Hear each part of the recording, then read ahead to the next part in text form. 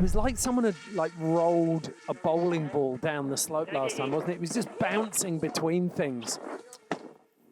And let's see if he has the same effect as BMO. You know, he's in the lead, pressure's off, here we go. It's on. That was beautiful, the half cab up. Oh, just doubling up on those bird's nest features. Yeah, and gapping out to those is no joke. Like, and when you hit them, you can get thrown off so easily. Doing well not to get himself white roomed up here, holding the pace. As I say that, he literally kicks up a pound of smoke Oh my off God. that big Red Bull booter and then cuts cross-court on top of this big feature. Nice. Okay, just really getting himself into the weeds right here. No hesitation. One drop. Oh, such a beautiful back 180. Stands up on it, holds on half cabs out of the bottom there, and then big cloud burst to finish. I mean, damn, that's gonna be pretty tough because he also got real technical up top on those birds' nests. Yeah. There was. Is it me? Did Gigi somehow manage to expand the space-time continuum and make that face bigger? Yeah. There was so much more going on in there. So Blake Moller will be the last one up here. Man, there's a lot of pressure on this kid, BMO. So he's staying down the middle. I think that means we're going to see he's going to cut under the big hip that we just saw Sage do the cab 9 on. Probably going to see that 7. We did see him get lost in there last time. Because if you don't land perfectly and set up those 2 other features that are below it, you're just doing one trick and there's like nothing left below you. So he's got to land this perfectly and be able to make it back over to hit those 2 features. And I can tell you what, you can study photos and videos as much as you want of a face, but the second that you're on the top of it, it's very easy to get lost because everything looks different. Here we go. There it is. Stomped. Oh, hangs on. Again. Little, didn't fall. I don't even know if he put down a hand. It was loose, but he goes for that That's backy. where you can tell how steep this is. Yes. Oh, no way. Oh. And he hangs on. Oh my God. Boy, there was a lot happening there. Give it to that man. Give it to that man now. I demand it. He's very pleased. There was a lot going on in a very short period of time. That backflip, he basically stopped and went 80 feet down the hill on a backflip. If that doesn't tell you how steep it is right there, I don't know what will. Yeah, that angle was so sick. What a run to deliver under that much pressure. You are the last person on the face in the whole day of competition. Oh my goodness gracious. Unreal. Okay, final run of the day. Final opportunity to secure that spot. That's got to feel better than, I don't know, anything? That was so fun. I watched the top, and I didn't even want to see Sage's score because I was like, I just got to go. I think I got to just try my hardest. And I can't wait to ride that stuff over there. It's going to be so fun. So I'm so stoked. Let's go. Yes, sometimes ignorance is bliss. Doesn't watch Sage's score. Moving on to the finals day, the final of 12. Congrats. What a day. Thank you, Stan. No one else can ride switch in powder like Nils Mindnich. He is so talented at that. You know, he went to school for engineering, but really he's more of a surgeon when it comes to terrain like this. He has so much precision, and his mental game is very analytical when it comes to his snowboarding. So I'm really interested to see what he's going to put down coming off of what he learned last year.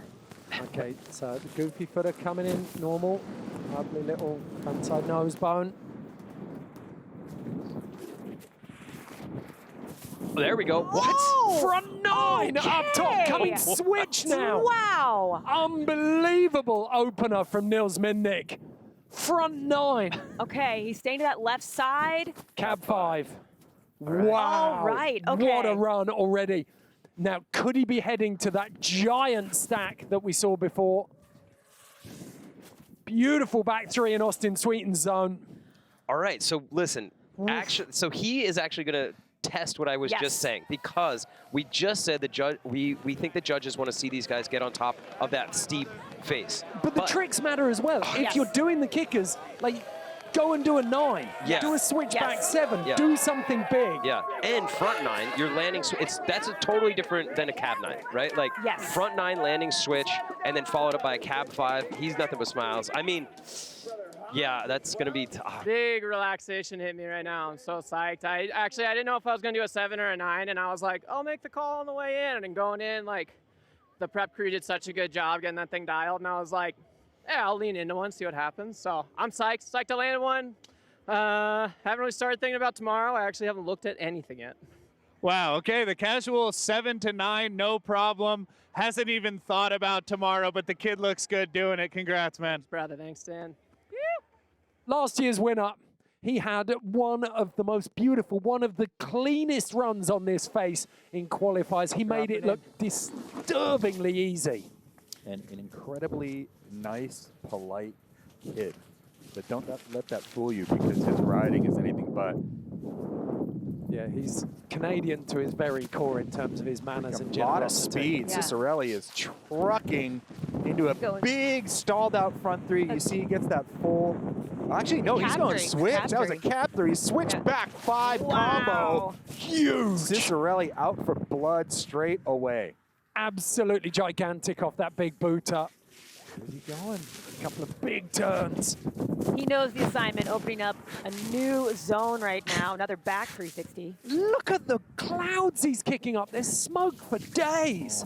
Gosh, look at that little. Fuck yeah! Yeah. See, that's what you Stoked. want. You do not hear people coming down and Yes. saying that at the bottom of a half pipe or slope style run. You do not get that. I feel like it's like He just had the releasing run of his steam. life. Yeah. Yes. Oh my gosh. You know, Let's see the replay. I want to see his face. I want to see his pupils right now. look at that. He's running the crowd with high fives. Yeah, Stale, again, no stranger to competition. Slopestyle, big air. Dropping in switch. Oh. Cab okay. 5.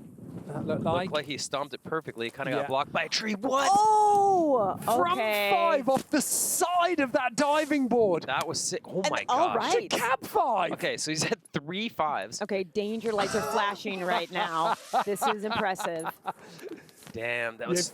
We called it. We were saying he was going to get tech on the top, and Yeah. he did 3 5s before his run even got started. He's a weapon. You can't underestimate Stale. He's such a competitor and is. so smooth, and that was just brilliant. That is everything. And there it is, the method. Oh! So the triple, there was a tiny bit of repetition down there. That's the one thing I'll say. Yeah, nice back 3, kind of spontaneous. But like you said, Ed, I do think the judges, and he did that.